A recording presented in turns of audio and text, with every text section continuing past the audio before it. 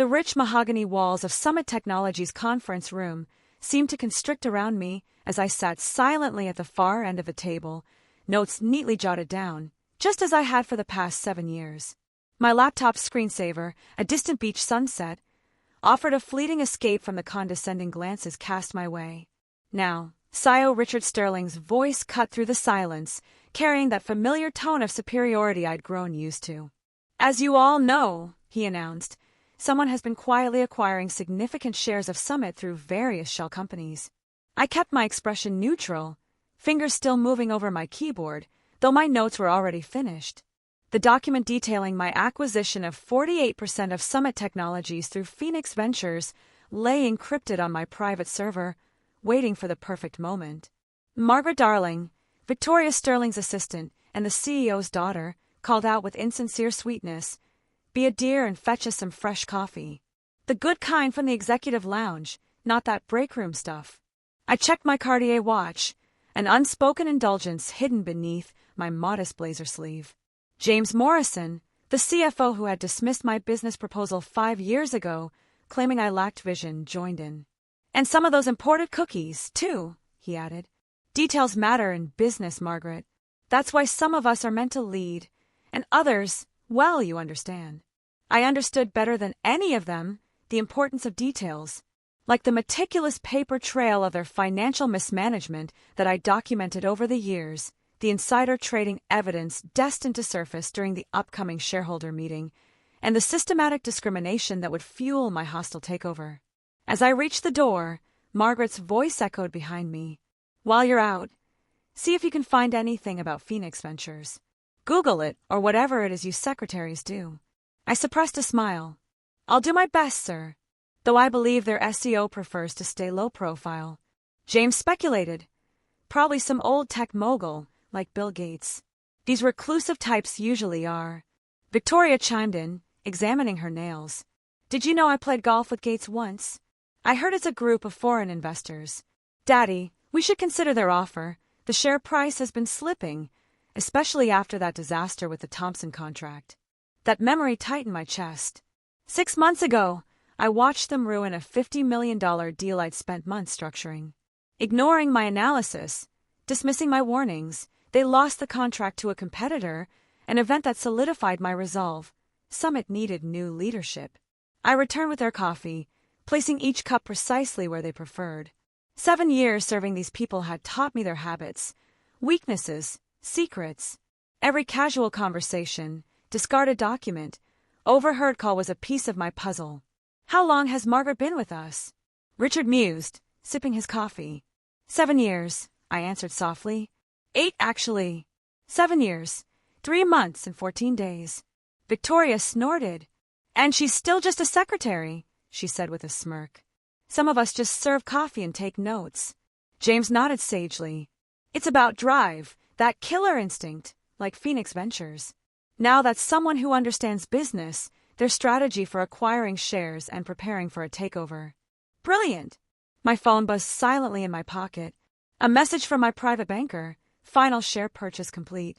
You now own 51% of Summit Technologies." Richard continued. "Their representatives should be here any minute. Margaret, when they arrive, show them right in. And no gossip about your investment club, or whatever you do on your lunch break."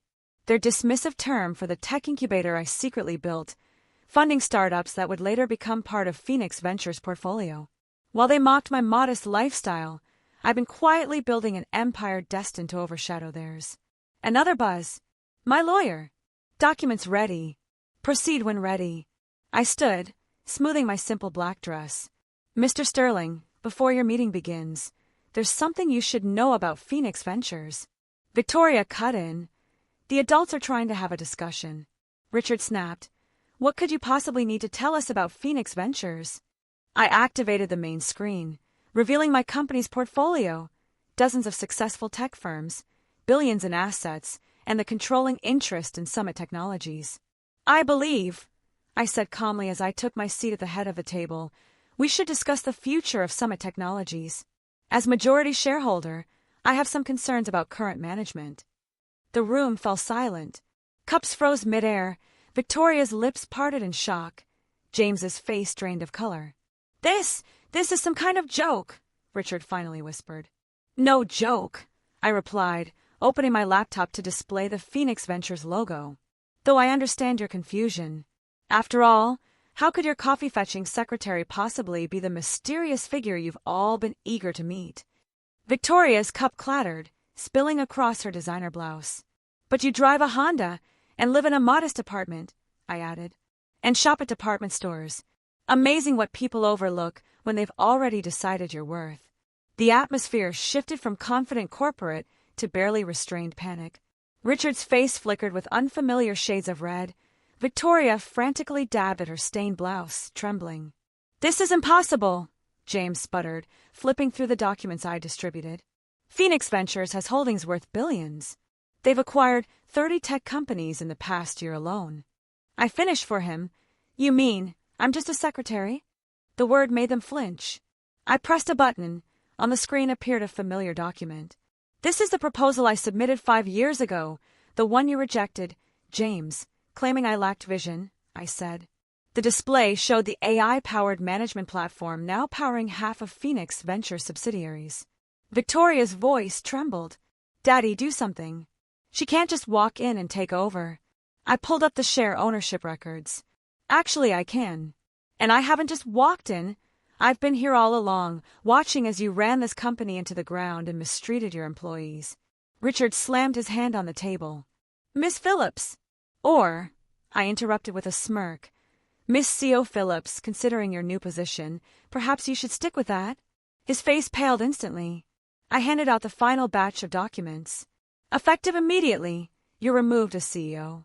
The board will confirm this afternoon, but with my 51% voting stake, it's a mere formality. James's voice wavered. The board will never support this. I smiled. Actually, I've been meeting with board members for the past month, those who've seen the evidence of your mismanagement, insider trading, discrimination, and cover-ups. Victoria's manicured nails drummed nervously. What evidence? What are you talking about? I opened my briefcase, revealing a comprehensive dossier spanning 7 years. It's amazing what people say and do when they think no one's watching. Every illegal transaction, every inappropriate comment, every cover-up, all documented. James's eyes widened. You spied on us. I simply paid attention, I said calmly. Like when you instructed James to backdate financial reports last quarter, or when Victoria hired her unqualified friends for senior roles while rejecting qualified candidates just because of gender or race. James reached for his phone, but I had already prepared for this moment. I reached for my phone. I'm calling our lawyers. Already done, I said, nodding toward the door as my legal team stepped in. Their eyes flicked over the documents in my hands, clearly eager to review them. I knew they'd be interested, but the SEC would be even more so. The color drained from James's face when he recognized one of the lawyers, his own brother-in-law, who had been secretly working with me for months. I took my seat at the head of the table, replacing Richard's usual spot. Let's discuss the transition, I announced. You'll all be receiving severance packages, contingent upon your full cooperation and immediate resignation. Victoria's voice wavered, trying to challenge me. And if we refuse? She asked, her confidence faltering. I pressed a button on my laptop, and dozens of incriminating emails flashed onto the screen. Then these go public, along with proof of your involvement in the Thompson contract fraud. Richard's eyes widened. The Thompson contract was legitimate, he protested. It was, I agreed smoothly, until you manipulated the bid numbers to hide your mistakes. You ignored my analysis and lost what could have been a lucrative deal. That legitimate contract was just another cover-up. A heavy silence fell over the room, broken only by Victoria's quiet sob. Richard's shoulders slumped. You've destroyed this company, he said softly. No, I corrected him. I've saved it. I rose, smoothing my simple dress. Victoria had mocked it last week as clearance rack chic. You have exactly 1 hour to clear out your offices, I continued. Security is waiting to escort you. Your personal belongings will be shipped after they've been examined for confidential materials. Victoria's voice rose hysterically. You can't expect us to. Just like you did with Janet from accounting last month when you fired her for reporting harassment. I cut her off. Fair, isn't it? The next few hours transformed Summit Technologies from a playground for corporate privilege into the epicenter of the biggest tech sector shakeup in recent memory. By noon, headlines blazed across financial news. Mystery revealed, insider and secret tech takeover. From secretary to tech mogul, Phoenix Ventures' hidden leader emerges. Summit Technologies ousted amid scandal. I watched from my new office, Richard's former domain, as the story exploded across social media. My phone buzzed nonstop with messages from people who had overlooked me for years. Margaret, darling, remember me from the executive lounge? Hey Maggie, about that coffee you always brought me. Miss Phillips, regarding that promotion I denied you. I deleted them all. Sarah, my assistant, hired specifically because she reminded me of myself 7 years ago, entered with a stack of reports. The transition team is in place, she announced. Your parents are in the lobby. Yes, the inevitable family reaction. My mother, who spent years lamenting my waste of a business degree as a secretary. My father, who repeatedly urged me to find a nice man and settle down, convinced I lacked the corporate spirit. Send them up, I said, turning to face the panoramic city view. It was time they understood what their disappointing daughter had built. They entered cautiously, as if expecting some elaborate prank. My mother's eyes widened at the sight of the Phoenix Ventures logo, now replacing the Summit sign. Margaret, she stammered, voice trembling, why didn't you tell us? I turned to face them, recalling all those family dinners where they dismissed my career choices. Would you have believed me? Or would you have tried to control everything, as you always do? But secretary, my father sputtered. All these years, they had thought I was just a secretary. I replied calmly, you thought I was just a secretary, just like everyone else in this building. It's amazing how invisible you become when people decide you're not worth noticing. My phone buzzed again. A message from my legal team. SEC officially investigating former Summit leadership. Criminal charges, likely. My mother gestured at the displays showing Phoenix Ventures' portfolio. It's worth billions, I finished for her. Built from the ground up while you dismissed my office job as insignificant. Quite a different story now, isn't it? Suddenly, a commotion outside the office interrupted our moment. Victoria Sterling was causing a scene in the hallway, refusing to leave. I pulled up the security feed on my laptop. You can't do this to me, she was screaming. Do you know who I am? I pressed the intercom. Security, please escort Miss Sterling out and ensure she doesn't take any company property this time. My father watched the scene unfold on the screen. They say Richard Sterling's under investigation for fraud, among other things, I confirmed. It's remarkable what people will do when they think no one's watching, especially the quiet secretary in the corner. Sarah re-entered. Miss Phillips, the board is ready for your presentation, and the Thompson contract representatives are here for the renegotiation. I smiled, recalling how Summit had lost that contract under their previous leadership. Tell them I'll be right there. And Sarah, order yourself a proper desk. No more cramped corner offices. The afternoon blurred in a whirlwind of meetings, presentations, and strategic restructuring. I introduced a new corporate culture, one founded on merit, transparency, and voice for every employee. Under this new regime, overlooked talent was restored and innovation flourished. As the sun set over the city, I stood in my office, placing the old nameplate, Margaret Phillips, executive assistant, beside a new one, Margaret Phillips, co-founder of Phoenix Ventures and Summit Technologies. My phone buzzed one last time. A message from Victoria.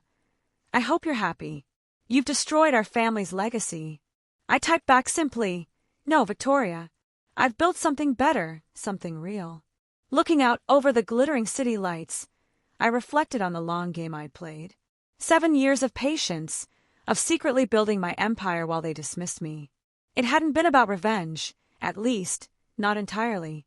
It was about creating something meaningful, based on merit rather than privilege. A week later, I called the first all-company meeting. Employees gathered in the main auditorium, many seeing me for the first time. No longer the quiet secretary, but the leader who had transformed their company from the ground up.